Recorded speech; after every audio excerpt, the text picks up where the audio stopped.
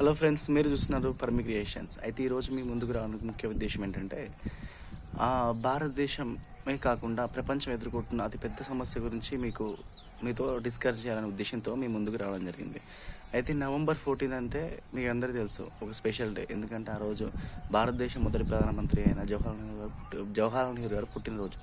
అది మాత్రమే కాకుండా భారతదేశం కాకుండా మిగతా మొత్తం ప్రపంచం అంతా ఎదుర్కొంటున్న అతిపెద్ద సమస్యలో ఒకటైన డయాబెటీస్, మధుమేహ వ్యాధి తెలుగులో అయితే. సో అది November 14 దినోత్సవం అన్నమాట. November 14 రోజు దీనికి సంబంధించిన అవగాహన గురించి మొత్తం ప్రపంచం మొత్తం తెలుసుకుంటుంది అన్నమాట. అందువల్ల November 14 మధుమేహ వ్యాధి దినోత్సవంగా జరుపుకోవడం జరుగుతుంది. అయితే ఈ మధుమేహ వ్యాధి అనేది ఇది స్లో పాయిజన్, మరియు వైద్యుల పరిభాషలో ఇది స్వీట్ డిసీజ్ అని కూడా అనడం జరుగుతుంది. ఎందుకంటే ఇది ఒకేసారి మనిషి మీద అటాక్ చేసి చంపేది.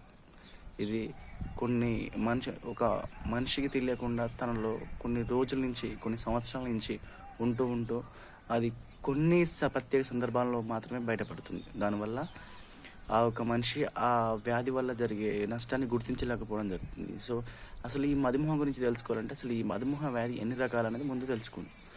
ఈ మధుమేహ వ్యాధి ఎన్ని రకాలంటే బేసిక్గా వచ్చేసి 2 టైప్స్ అండి. ఒక డయాబెటీస్ 1 అండ్ డయాబెటీస్ అని చెప్పేసి పలకడం జరుగుతుంది. అయితే ఈ డయాబెటీస్ 1, డయాబెటీస్ 2 అంటే ఇప్పటికీ చాలా మందికి అవగాహన లేదు. అసలు డయాబెటీస్ 1 అంటే ఏంది, 2 అంటే ఏంది అని చెప్పేసి. సో డయాబెటీస్ దాని గురించి చర్చించుకుందాం. డయాబెటీస్ 1 అంటే ఏంటంటే ఇది వచ్చేసి మన బాడీలో ఉన్న వ్యాధి నిరోధక శక్తి అనేది ఫ్రాంకైస్ అనేది అవయం పైన దాడి చేస్తుంది. ఎందుకంటే ఈ ఫ్రాంకైస్ మన బాడీలో ఉన్న చక్కెర లెవెల్స్ని, ఇన్సులిన్ ఉత్పత్తి చేపించి ఆ ఒక చక్కెర స్థాయిని పెంచడం కానీ తగ్గించడం కానీ జరుగుతుంది. సో మన యొక్క వ్యాధి నిరోధక శక్తి అనేది ఫ్రాంకైస్ పైన దాడి చేయడం వల్ల ఈ యొక్క ఇన్సులిన్ ఉత్పత్తి అనేది ఆగిపోతుంది. అందువల్ల ఈ యొక్క ఇబ్బంది అనేది టైప్ 1 డయాబెటీస్ అని వస్తుంది. సో దీనికి ప్రత్యేకంగా రీజన్స్ అంటూ ఏం చెప్పలేమండి. ఇది ఏ జన్యుపరంగానే రావచ్చు, ఎలాంటి సిచ్యువేషన్స్ కూడా వస్తుందని ప్రత్యేకంగా చెప్పేంత కారణాలు ఏం లేవు. సో డయాబెటీస్ 2 అనేది ఇది వచ్చేసి కామన్గా 100-90 మందికి డయాబెటీస్ ఉందనుకుంటే అందులో 80 నుంచి 85 మందికి ఓన్లీ ఈ టైప్ 2 డయాబెటీస్ మాత్రమే ఉందండి. సో ఈ టైప్ 2 డయాబెటీస్ ఎందుకు వస్తుందంటే మన చేంజ్ అయిన ఆహారపు అలవాట్లు. సో మనం అనేది ప్రోటీన్స్ ఫుడ్ అనేది తక్కువ తీసుకొని కార్బోహైడ్రేట్స్ ఫుడ్ మీద మరియు బయట దొరికే అనేక రకాల తీపి పదార్థాల మీద మనం ఆధారపడడం వల్ల అవి మన బాడీలోకి వెళ్ళి చక్కెర స్థాయిలను పెంచి అవి ఇన్సులిన్ పెంచేసి అది కొవ్వు రూపంలో మారి అది కాలేయంలో కానీ, గుండెకి కానీ అన్ని రకాల అవయవాలకు ఈ కొవ్వు చేరడం వల్ల కానీ ఈ యొక్క టైప్ 2 డయాబెటీస్ అనేది వస్తుందండి. సో ఈ టైప్ 2 డయాబెటీస్ నుంచి మనం తప్పించుకోవాలంటే ఉండాల్సిన కారణాలు తర్వాత చెప్తాం. సో ఫస్ట్ ఈ టైప్ 2 డయాబెటీస్ మనం ఏ విధంగా గుర్తుపట్టాలి.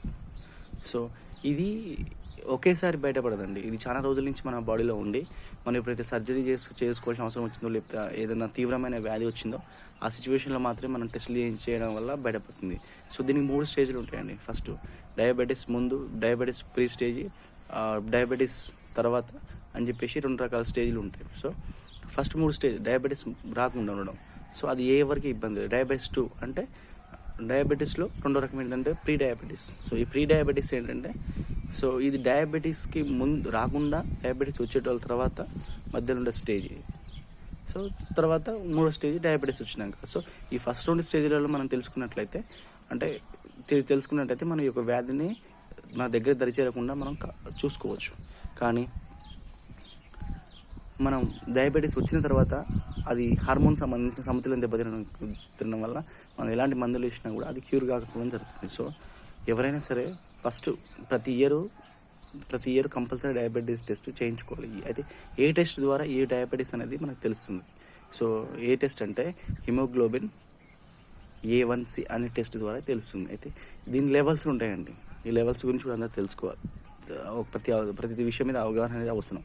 సో ఏంటంటే 5.7 నుంచి 6.5, 5.7 లోపు ఉన్నట్లయితే పర్సంటేజ్ 5.7 లోపు పర్సంటేజ్ ఉన్నట్లయితే వాళ్ళు డయాబెటీస్కి లోన్ కాకుండా ఉన్నట్టు అర్థం. 5.7 నుంచి 6.4 మధ్యలో ఉన్నట్టయితే ప్రీ డయాబెటీస్ స్టేజ్, అంటే సెకండ్ స్టేజ్లో ఉన్నట్టు. సో అంటే వీళ్ళకి డయాబెటీస్ సోకనికి చాలా అవకాశం ఎక్కువ ఉందని అర్థం. ఈ స్టేజ్లో అయితే తెలుసుకున్నట్లయితే ఈ యొక్క డయాబెటీస్ మనం ఏం చేయకుండా పూర్తిగా క్యూర్ అయ్యేటట్టు మనం మెడికేషన్ తీసుకోవచ్చు. మరి 6.5% దాటినట్టయితే వాళ్ళు డయాబెటిక్ పేషెంట్గా పరిగణించడం జరుగుతుంది. సో ఆ లెవెల్స్ రాకుండా మనం మన ఫుడ్ అనేది కంట్రోల్ చేసుకోవాలి. అయితే దీని యొక్క లక్షణాలు ఏంటి, డయాబెటీస్ ఒక లక్షణాలు ఏంటి అని చూసుకున్నట్లయితే మనం ఫస్ట్గా బాగా దాహం వేస్తుందండి, చాలా దాహం వేస్తుంది. ఎంత తాగినా తాగినట్టు అనిపించదు, తాగాలనిపిస్తుంది. మళ్ళీ ఎంత వాటర్ తాగినామో అంతకు ఎక్కువగా మూత్ర విసర్జన రావడం జరుగుతుంది. కండరాలు క్షీణించిపోతాయి, త్వరగా అలసిపోతారు, నీరసించిపోతారు, ఆటోమేటిక్గా బరువు తగ్గే అవకాశం ఉంటుంది. సో ఇలాంటివి అనేది డయాబెటీస్ ఒక లక్షణాలు అండి. ఫైనల్గా చెప్పేది ఏంటంటే ఈ యొక్క డయాబెటీస్ రాకుండా ఉండాలంటే మనం చక్కెరకు సంబంధించిన స్థాయి తక్కువ ఉన్న ఆహారాన్ని తీసుకోవాల్సి వస్తుంది. అయితే ఈ చక్కెరలు కూడా మనకి గ్లూకోజ్, ఫ్రక్టోజ్ మరియు సుక్రోజ్ అని చెప్పేసి 3 రకాలు ఉంటాయండి. ఇవి వచ్చేసి మన జనరల్గా